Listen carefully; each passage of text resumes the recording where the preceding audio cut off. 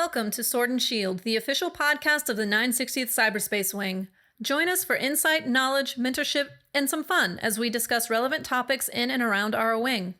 Please understand that the views expressed in this podcast are not necessarily the views of the U.S. Air Force nor the Air Force Reserve, and no endorsement of any particular person or business is ever intended.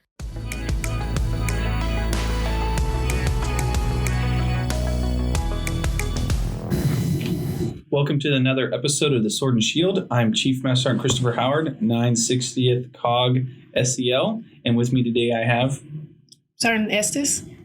And you are? I am the 960th Cyberspace Wing First Sergeant. Awesome. As well as the 854 COS First Sergeant. And we also have Master Sgt. Vielman. I am the First Sergeant for the 50th Network Warfare Squadron. Well, Shirts, it's great to see you today. Yay. We get to interact quite often, so it's good that we were able to come together and kind of talk with some of the other gladiators. Well, one of the things that I'd love to talk to you guys about today is mentorship, right? There's this belief or this myth that it's only really like first sergeants that have that capability or chiefs. And I was hoping that you could help share some of your knowledge and experience of what it takes to be a mentor, some of those attributes, and how to be effective as a mentor. So if I was a senior airman coming to you, Sergeant Estes, saying, what does it take to be a mentor? What would you tell me? In order to be a mentor, it actually goes two different ways. Unlike being a manager and a supervisor, an individual can choose who they want their mentor to be, or an individual can go and say, I want to mentor you. And so I think some of the key attributes for me would be definitely availability and being able to follow up, being able to articulate, what those milestones look like as far as what the individual is trying to reach, understanding what their goals are and helping them reach those goals, and giving them some examples to follow, kind of mapping out things, writing it down, and going back and following up. So. Okay, Sergeant Vielman, what would you tell me? Yes, so I agree with my fellow first sergeant here, and I would like to add that I think a lot of times we do get in this box, right, of what mentorship is. It's like mentorship can be in anything, right? Whether it's individuals' finances, their career progression, it could be family dynamics, anything. And so I try to interact with my members as much as I can. Sometimes, maybe personality conflict, and they're not going to take my mentorship, but I still try to offer that to them. I think in the reserve, one of the things that I definitely focus on is, do you know how the reserve works? Because I think we deal with civilians who come to drill weekend for 2 days, and we expect them to know AFIs. We expect them to know how everything works in the reserve, and they're very disconnected. And so I try to focus more on that as a first sergeant, because that affects a lot of whether it's their finances, their morale, and how they navigate their career as a reserve member. So I try to put, I offer that mentorship, and I take mentorship too. We have a lot of individuals coming into the military now that are incredibly savvy with, whether it's the digital world, right? My era, we're not as digitally driven. And so I try to learn as much as I can from them. So I think mentorship is definitely a two-way street. So I try to look around and see, those members that are engaged and that are enthusiastic about learning, and they want to be able to teach me something as well. Right. And then also there's no mandatory rank or grade or anything that kind of plays into effect. I mean, I can say that Vielman, you've mentored me before on a number of subjects, as well as you, Sergeant Estes. Both of you guys have stood up and said, "Hey, Chief, let's talk about this," or I reach out to you guys for your input and expertise so that I can learn a little bit more. Right, I'm pushing my emotional intelligence or pushing some of my skill sets as well. So I really do appreciate that. So I was wondering, Sergeant Estes, if you could share a moment that may highlight some of those attributes that we're looking at as the interaction as a mentor. So if I want to be a mentor to somebody, how do I go about opening that conversation? Or as a mentee, how do I open that conversation? So from experience, from what I've seen other people do with me, and then also what I do, is I try to find a common ground. I try to find a common topic to start it off with, to kind of break the ice. And definitely effective listening. But I just go and approach people, right? And just see what they're doing, what they have going on. If I'm ever approached by somebody for mentorship, just listening and making sure that I'm restating or understanding what it is that they're trying to do.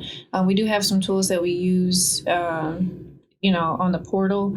I know MyVector is a big one that Right. we're trying to get into. We're encouraging everybody to go out and build their profiles and set all that up to make sure that they can use those tools to effectively mentor with that piece of it. But making time for individuals, looking at your calendar and being available. I mean, I know, Chief, you have a lot of people coming to your door all the time, and I've never seen you turn anybody away.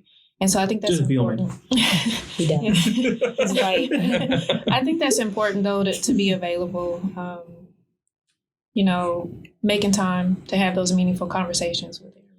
No, I agree, right? So one of the best investment we can make and one of the most meaningful investments we can make is time, right? And time is important to individuals, right? When we talk about our leadership team and some of the key aspects that they hit on, time is one of them, right?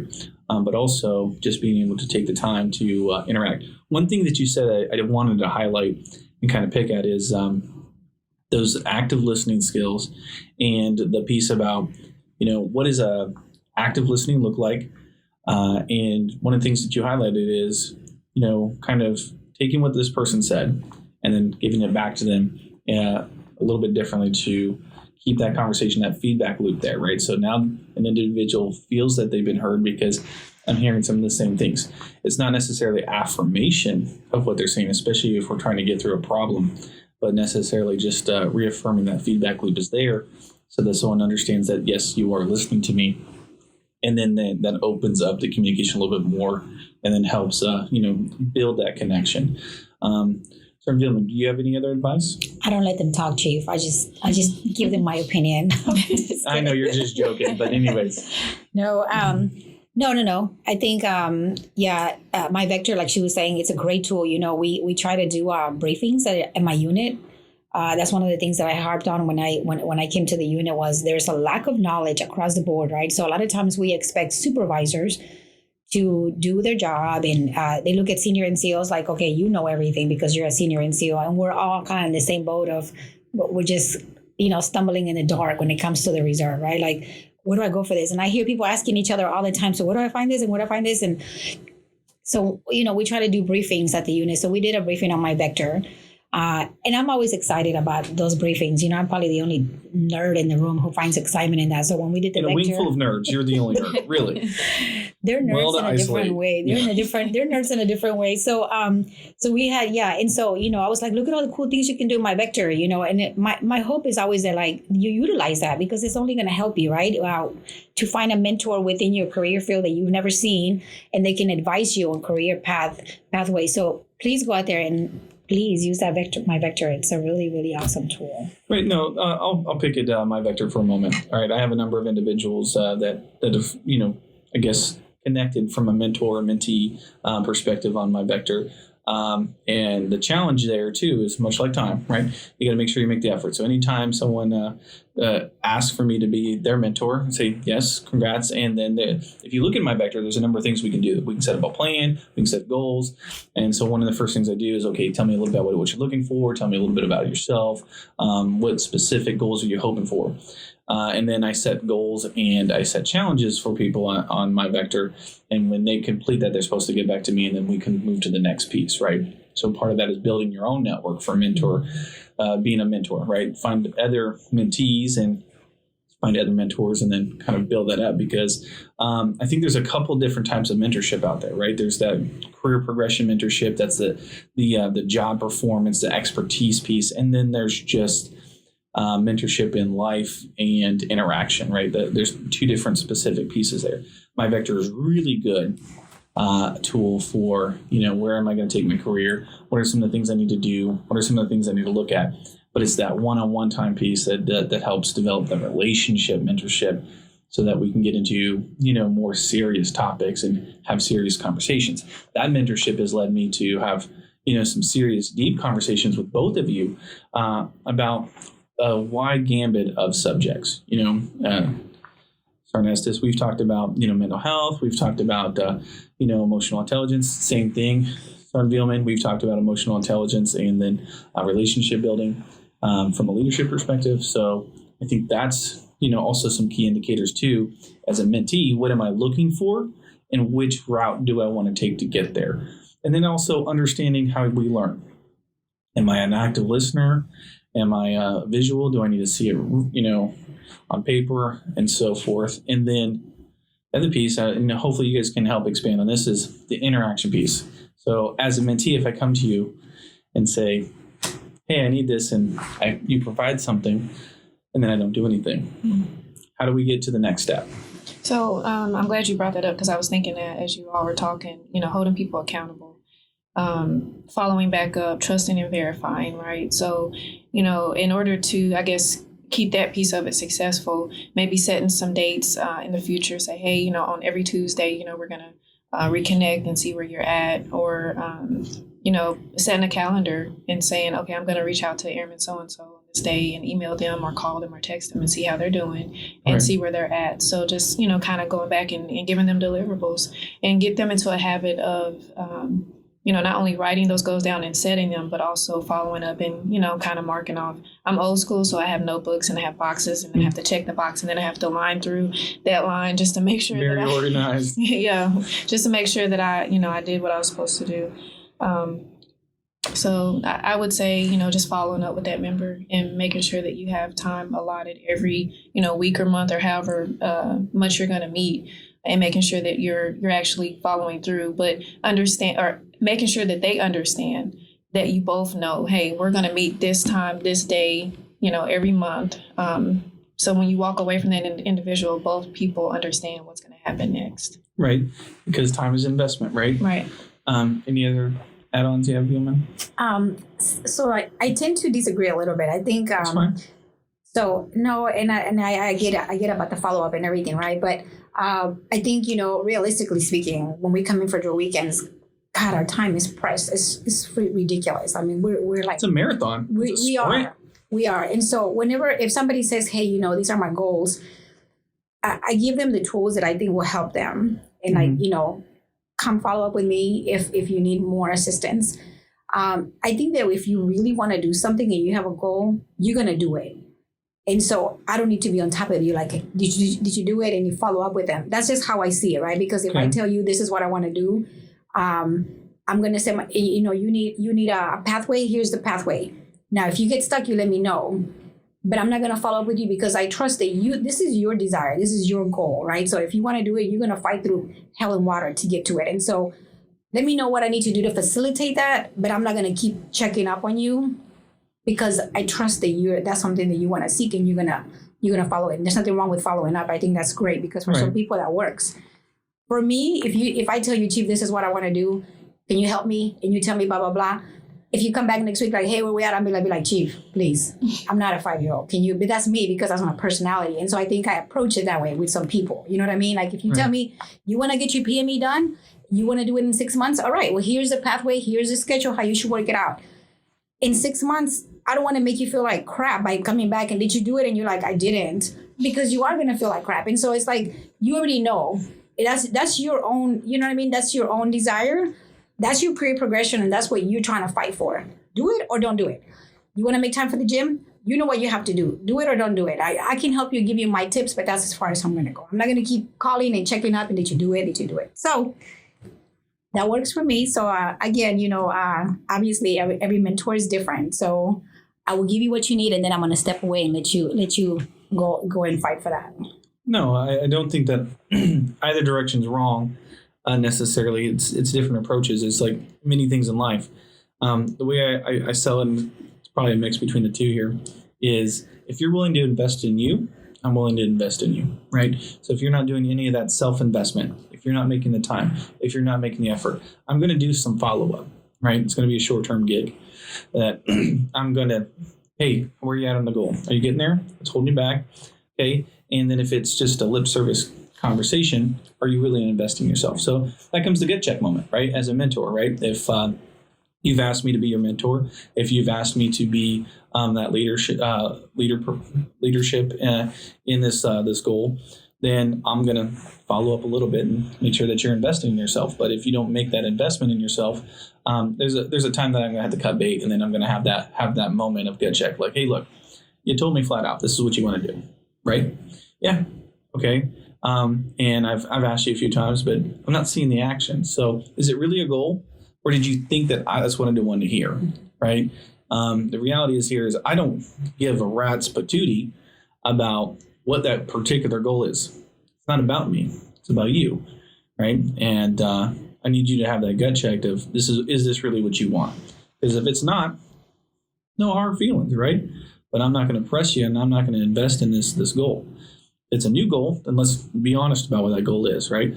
So why did you want to do the PME? And using your example, is it because you want to get promoted, or do you want to accomplish this, right? You got to understand why you want to get this done. Well, I just need to check that box.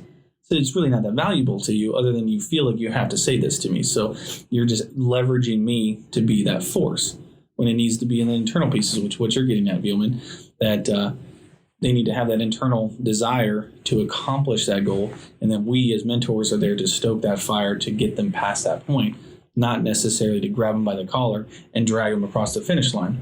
I think that's what you're trying to hit us as this is to keep that fire stoked and have that follow-up to make sure, hey, are we getting there, and making sure that is that goal that they want, right? And then from a mentor perspective, I can tell you it's frustrating. What about you? Well, just really quick, Chief, to sum up what both of you said, and I guess some of what I said also is I heard this quote before, tough love still ends in love. And so you're more of the tough love piece, and I am too. But his question was, if you have somebody that's not really meeting those goals, how do you bring them back in? And so that is a mentoring session in itself, where you're sitting down and you're trying to understand, okay, why did you have these goals in the first place? What is your real intention, and where do we go from here? Because that might be the end of that mentorship session, but that might be what that individual needs to kind of push them in the right place, because you don't really know what they're dealing with. Again, like you said, civilian life, reserve life, parents. Right. It could be a number of things that put you in a position to even more mentor to that person, depending on what they have going on. And so I did forget the question that you asked me, because I was thinking about, I guess summing up everything that we were talking about. But tough. What do you find tough about if you're mentoring somebody and they're not progressing? Yeah. Well, just getting to the bottom of, why are you not progressing? Like, what do you have going on? How can I help you? I guess figure out what it is that you need to do next. Because what I don't want to do when I mentor somebody is tell them how to do things. I want them to come to that conclusion of what it is they need to do to get past that finish line. And that's what I learned being mentored by another first sergeant who was actually a counselor. So she helped me figure out what my issue was and how I was going to get past that finish line. She didn't give it to me. She helped me, push me to figure it out on my own. Yeah. So. Yeah, and I think that's a gift, right? When somebody can do that and help you. I don't have that gift. And I'm very honest about that. I don't. And so I use what I have, and what I have is tough love. And I know that I've seen people that come out of nothing and build themselves up very strongly. And so therefore, when I look at people, I'm like, it's in you. You're just not tapping into it for whatever reason. So whatever it is that you need, we need to figure that out. So let's work through it. But I don't have that fortitude or that patience or that gift that some people have. So again, my tough love works great on some people and it doesn't on some people, and it does not in others, right? And I'm okay with that. When people are like, I cannot talk to her, I'm okay with that. You have other people though. I'm not the only one. I'm not the only being around here. You have other people who are much better at this, who have a gift, and who have the patience, and who don't use tough love as their tool. Now, I do have patience, and I do believe, that some people need help. I know, because somebody helped me along the way. People are still helping me today. So I don't do things on my own. Again, I think whenever that frustration happens, Chief, like if I see that, I'm like, okay, this is what you need, and you're stagnant, the way I look at it is, I'm not helping you. You need to go find somebody else that can, because my tool is not working for you. Right. I'm not turning that wrench. I'm turning the wrench, but we're not getting anywhere. So you need to go maybe talk to Master Sgt. Estes or somebody else that has a different skill set than I do. And if she doesn't do it for you or somebody else, then it's you. Like, you need to figure out what's going on with you. You know what I mean? Like, stop lingering on to whatever it is, because a lot of times that's what happens. People get stagnant in their own situation, and they don't progress. So that's how I deal with the frustration. Just let's get you with somebody else that may be able to help you better. Gotcha.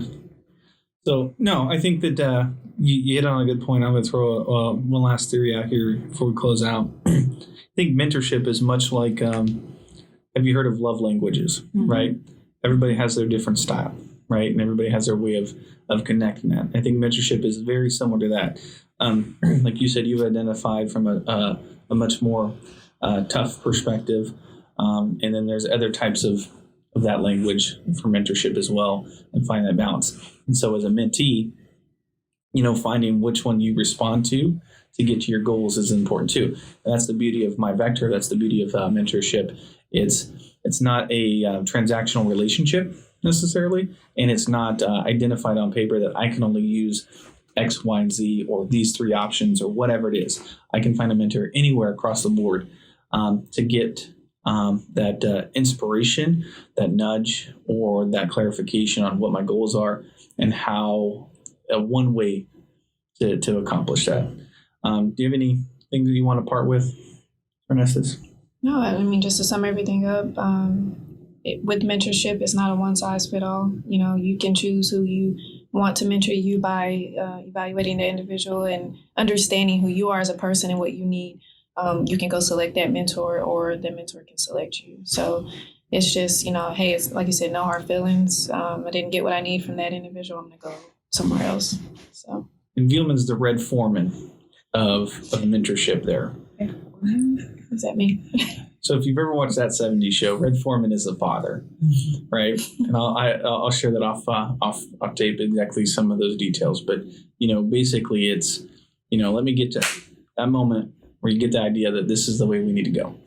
I think, though, in the beginning of the mentorship session, the mentor should, honestly state what type of mentor they are, just to set it off. And it's like, if you're not going to, if I'm not the type of mentor that you're looking for, then, I think if somebody comes to you, they've already looked at you and thought, I'm going to go and ask for advice. I don't think, because I've never had a perfect stranger come to me and be like, hey, can you mentor me? You know what I mean? I think they've already been around me and they're like, hey, Samantha Vielman, can I ask you a question? They already know. It doesn't take too long to figure out the way that I am. So, because, I can come off harsh. I can come off and I'm a freaking sweetheart. But, a lot of times. You really are. I come across I know you as a very, very, harsh individual. And I'm okay with that, because then you just have to work a little bit harder to get to know me. But the point is, I think at that point, they already know what they're getting. And so if they're coming to me and asking me for mentorship, I'm not going to be like, I'm tough love, right? They already know that. So my members of my unit, I can guarantee you there's some that are I cannot stand her. And there's some that are I really love her. Right. Because I will go through hell, water to fight for them, to help them out. And so I think in that sense, they already know what to expect. You know what I mean? And so. To a degree, right? And I fully agree. For those out there, don't get me wrong. Samantha Vielman's got the heart of gold. I mean, you're definitely one of those individuals that will go to the mat for anyone and everyone. And they usually know where they stand. Sometimes in leadership, they just know, hey, that person's in a position. And the piece I would add to that is when someone asks me, will you be my mentor? I always tell them that if you're willing to invest in yourself, I'm willing to invest in you. This is what I want you to do. I want you to connect here or get on my calendar. Two things. If you don't invest the time, or if you don't make that effort, then this was a lip service. Doesn't mean that I won't get engaged or I won't follow up. Because I've had people say, hey, I want you to mentor me. I would love this. Get on my calendar. And then if they're not, or if I can't handle it in that moment, right, get on my calendar. And then I follow up later on. Hey, I haven't seen you in a little while. You said you wanted to talk. What's going on? And make those investments. But ultimately, it is a relationship that we both have to be engaged in as a mentor-mentee.